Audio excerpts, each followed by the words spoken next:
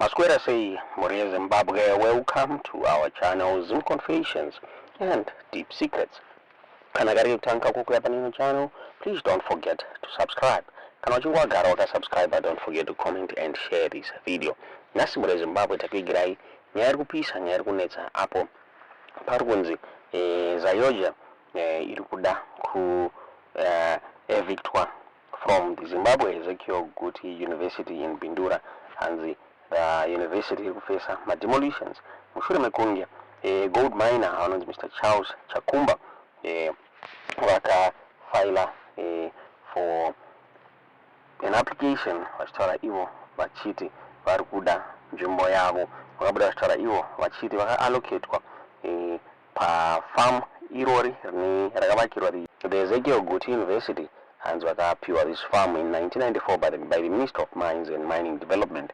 So chimekunge Zayoja yakatadza kutumira malawyer ayo zviri kunzi they are now facing demolition mara Zimbabwe hanzi chikoro chokwana kupazwa nyaya yakabuditswa neTheBulawayo 24 vachitaura vachiti the Zimbabwe Assemblies of God Africa Zayoja has filed an urgent chamber application with the High Court seeking to halt the eviction and demolition of the Zimbabwe Ezekiel Guti University in Bindura, following a default judgment that awarded the land to gold miner Mr. Charles Chakumba. The High Court recently ruled in favor of Mr. Chakumba after Zayoja and its legal representatives failed to attend a pre-trial conference. Justice Joseph Musakwa granted a default order compelling the church to vacate the premises to allow Chakumba to freely conduct his mining operations on claims he was allocated at Barase Farm in 1994 by the Minister of Mines and Mining Development. Chakumba, represented by lawyer Mr. Vusani Pangiza of Tavenave and Machingauta legal practitioners, argued that his gold mining claims number 22441 and 22442 have long-standing legal recognition. He further asserted that Zayoja's presence on the site where it built its multi-million-dollar investment in 2010 has obstructed his right to mine. In response, Zayoja, through its lawyers, filed an urgent application this week seeking to stay the execution of the judgment pending the outcome of a rescission application. The church said its failure to appear at the pre-trial conference was due to a clerical error by its legal secretary, who misfiled the notice and incorrectly recorded the date as March 16 instead of March 3.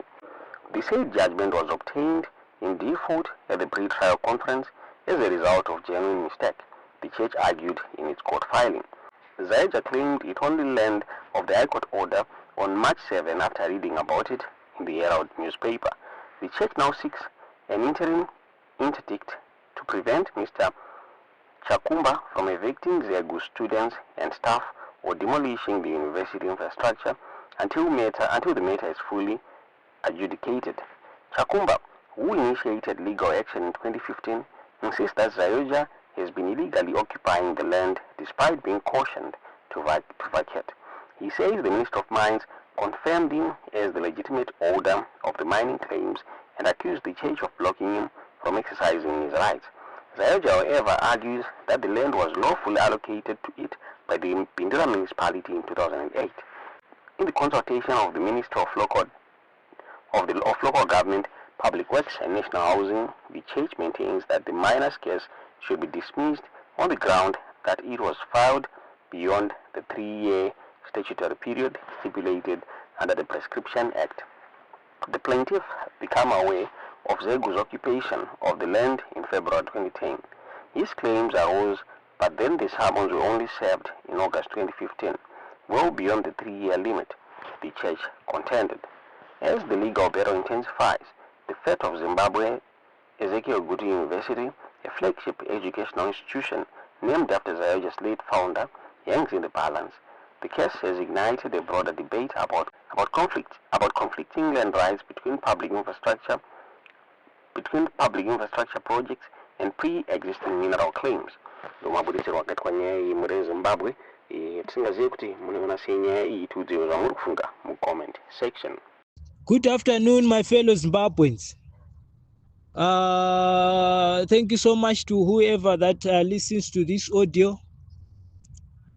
I would just like to give a piece of advice to anyone this audio may reach to. Let us prioritize unity during the struggle. Let us be guided by the principles of liberation struggle. Already we know that some people are not doing this out of genuineness. Some people are doing this just to make a living out of it. Some people are doing this for the sake of prestige and honor. They want to be honored by the society. They want to be prestigious figures in the society. And they also want to enjoy authority. Most of these organizations that are sprouting all over, claiming to be fighting for this for the Zimbabwean people. What I have observed is that in those particular WhatsApp channels, Facebook pages, or Twitter accounts, once someone raises an important question that needs to be addressed with clarity, then they get chucked out of the group.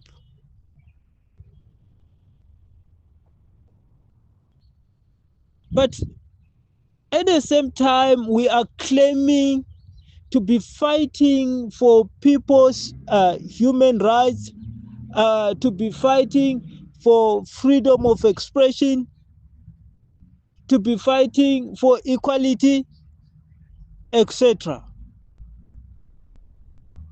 Meanwhile, those individuals who are being removed from certain groups or certain organizations, small organizations, for raising questions or for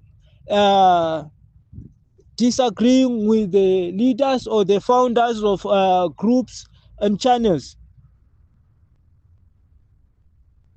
They are also trying to exercise their right.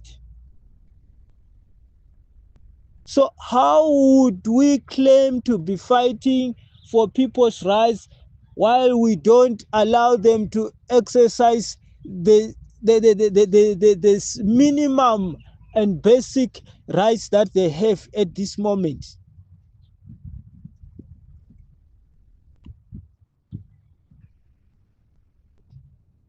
Our intentions must be clear as revolutionaries in order to gain the support of the people. And the success of the revolution depends entirely on the people of Zimbabwe. If the people of Zimbabwe do not offer and invest their support in these revolutions that we are trying to stage, then none of them will be a success.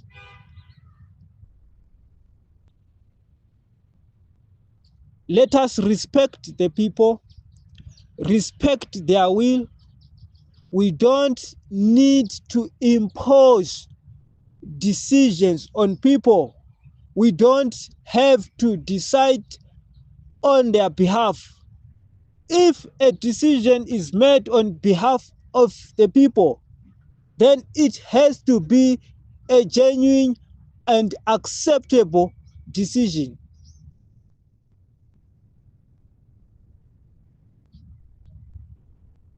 We all claim to be fighting for Zimbabwe. We all want to lead Zimbabweans to their glory, to their promised destiny. But while we are doing that, we must remain focused as revolutionaries. People are now turning to small and trivial issues, fighting amongst themselves. If you hear what they say in this channel and hear what they say in that channel and the other one, it's only fights. And people are calling each other all sorts of names, Murakashi, Chigananda, whatsoever.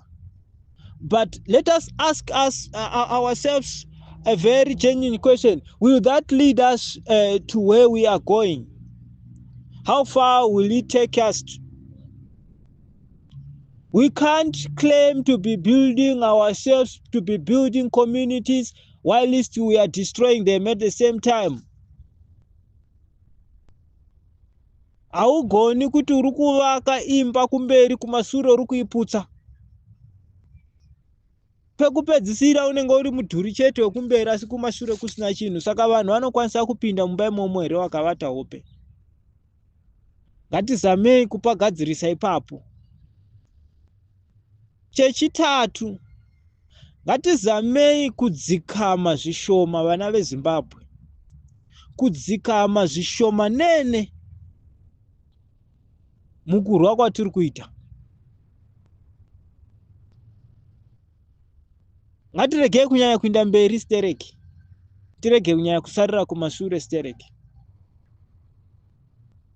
Kana tichireva kuti kudzikama, inoreva kuti ngatiregei kutora ma-actions based on assumptions or premature decisions. Let us read the diagram wholly and understand it.